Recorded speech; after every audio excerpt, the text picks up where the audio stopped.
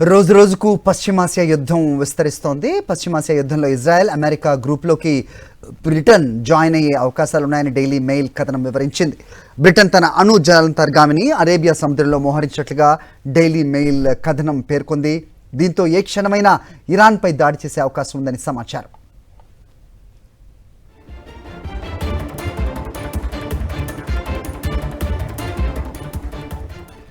NATO దేశాలపై Trump ఈ మధ్యకాలంలో తీవ్ర ఆగ్రహం వ్యక్తం చేశారు. హర్మూజ్ జలసంధి విషయంలో ఆ దేశాలు స్పందించడం లేదని, అవి పిరికి దేశాలని కామెంట్ చేశారు.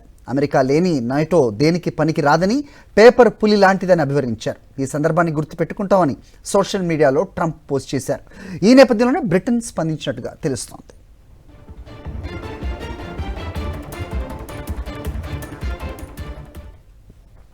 అరేబియా సముద్రంలో బ్రిటన్ మోహరించిన అణు సబ్మెరైన్లో టొమాహాక్ క్రూజ్ మిజైల్స్ ఉన్నాయనేది సమాచారం.